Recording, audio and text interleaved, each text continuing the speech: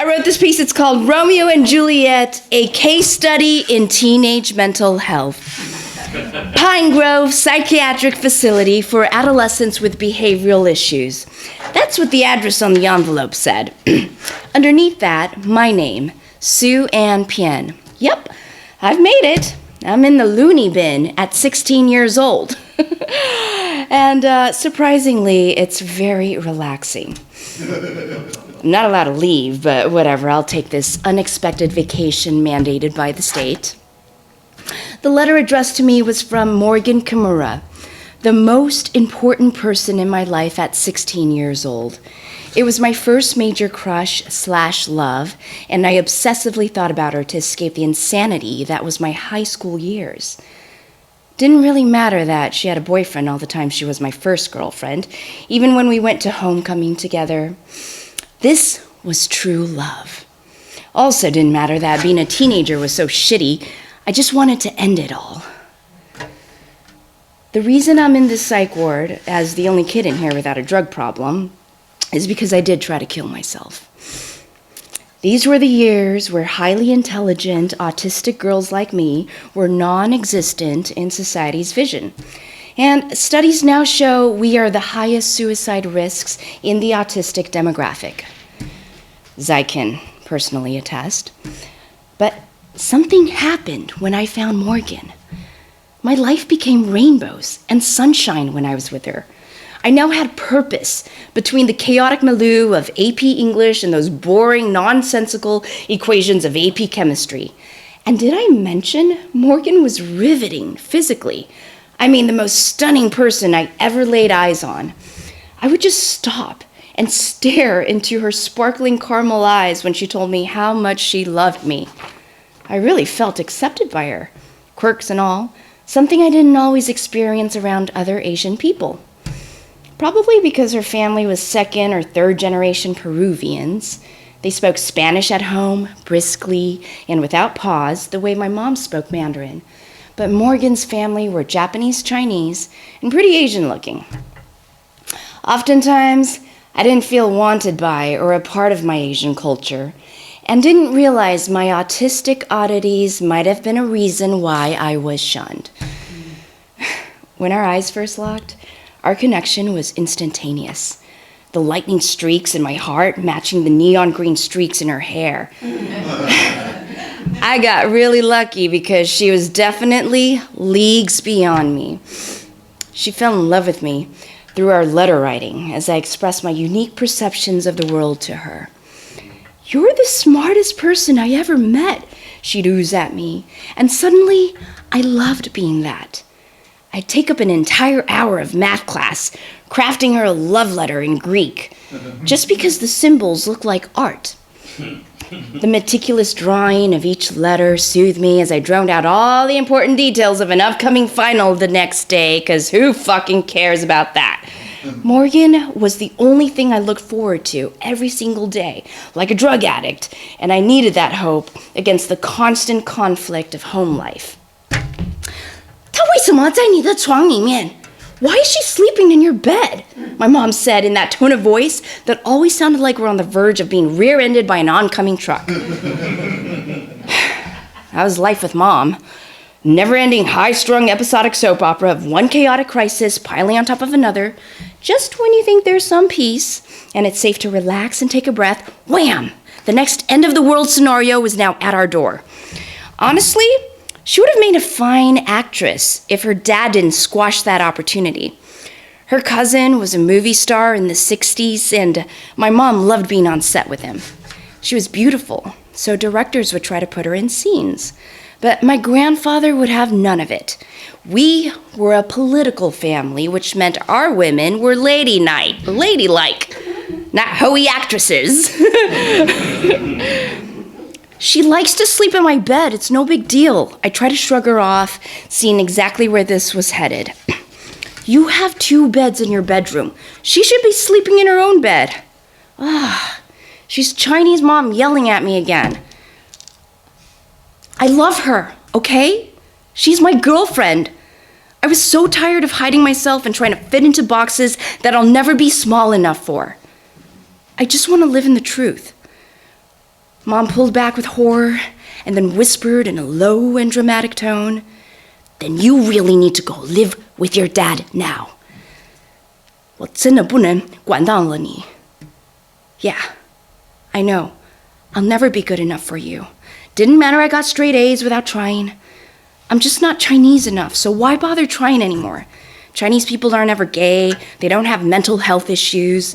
They all end up as doctors, lawyers, engineers, and I'm not going to check any of her boxes.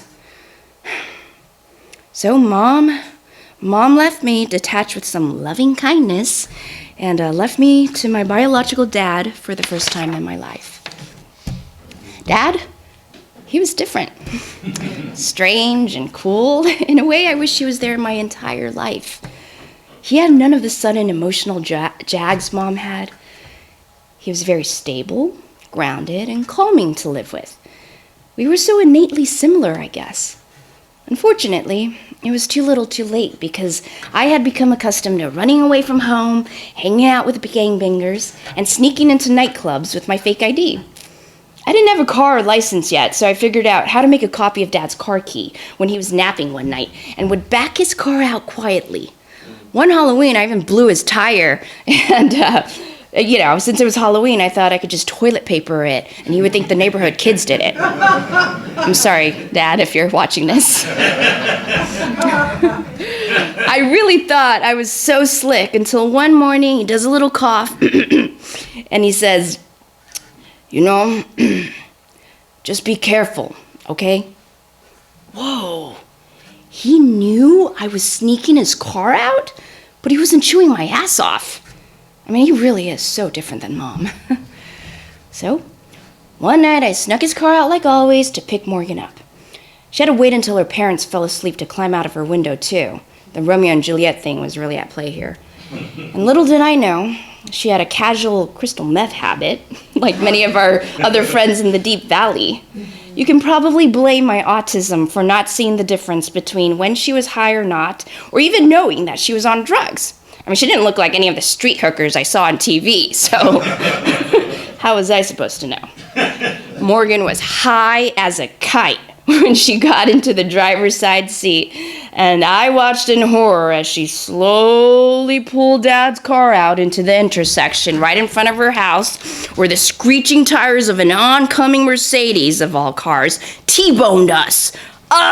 Pain. Not good. What the fuck are you doing? This ragged-looking lady ran out of her smoking car and beeline for us. Oh, shit! Lock the doors!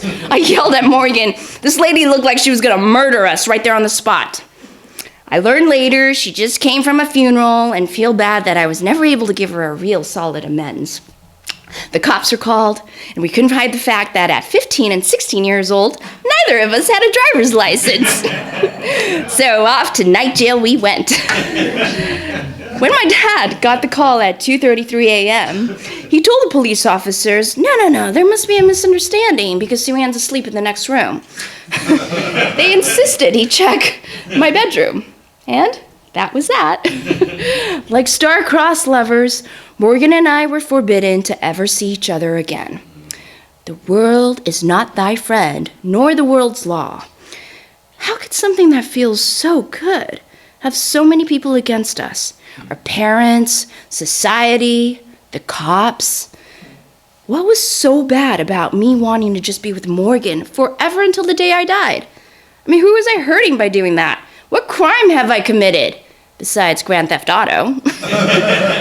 So that's how I landed in the Pine Grove Psychiatric Facility for adolescents with behavioral issues. As I looked at the prom photo Morgan sent me of her and her parent-approved boyfriend, Larry, I thought how much life sucked. Despite all my rage, I'm still just a rat in a cage. Smashing Pumpkins was being played on repeat by another teenage patient. He was a heroin addict with a neck brace on because he tried to hang himself. We were both the same age, but he looked 11 from being so malnourished and abused coming up in the orphanage system. Looked like a very young Kurt Cobain. We'd fantasized to one another about going AWOL one night since he knew which window didn't lock. When my mom saw him, she felt so bad for him. She asked what he wanted for Christmas. "Converse sneakers," he told her in his raspy, broken-necked voice. She bought him a new pair of high tops that Christmas. It was awesome to see that side of Mom. She was incredibly loving and nurturing and cared so much when she wasn't so stressed the fuck out. I just wanted her to be happy. And she had told me enough times that she wished she could kill me with her bare hands that I believed her. I didn't know that that's just something Chinese parents said to their kids all the time. I mean, me being so autistically literal and all, taking her words at face value. "So naive," she would lament about my natural sense of awe and wonder and innocence at the world. She thought, how am I going to protect this child?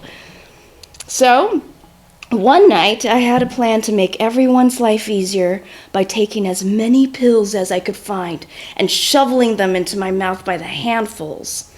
Costco-sized bottles of aspirin, Tylenol, vitamin D.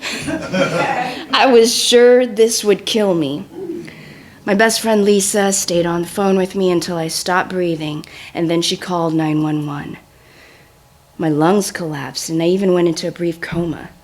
But the doctors, they managed to save my life. The strangest thing happened when I came to. There was a nurse waiting for me, and she said to me in a way that was more loving and kind than anyone I'd ever met yet in my life, with my wrists strapped down and charcoal coming out of my mouth. "You have no idea how beautiful life is going to get for you."